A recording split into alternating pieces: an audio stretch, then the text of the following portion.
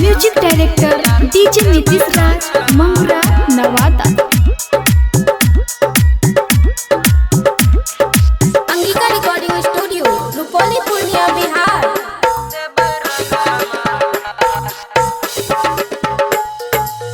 होली खेले होली खेले हमरा से गुलाल रे यार रे यार देव रंग डाल रे यार देव रंग डाल। होली खेले हमरा से गुलाल रे यार देव रंग डाल रे यार देव रंग डाल।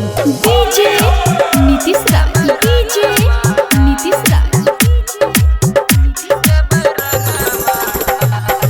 मंगुरा नवादा, मंगुरा नवादा।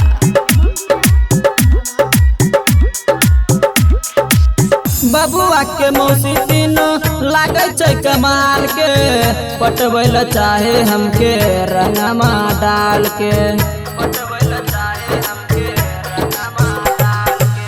बबुआ के मौसी तीनों लागे छै कमाल के, पटवैल चाहे हमके रंगमा डाल के।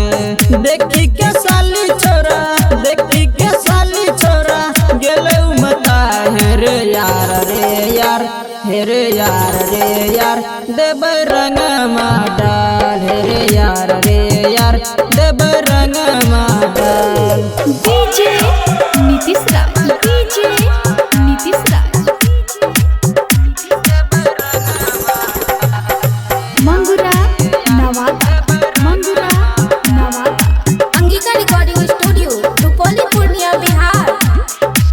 राइटर बिट्टू राजा लिखे लगनवा, सिंगर मदन लेधर सुनावे लगनवा।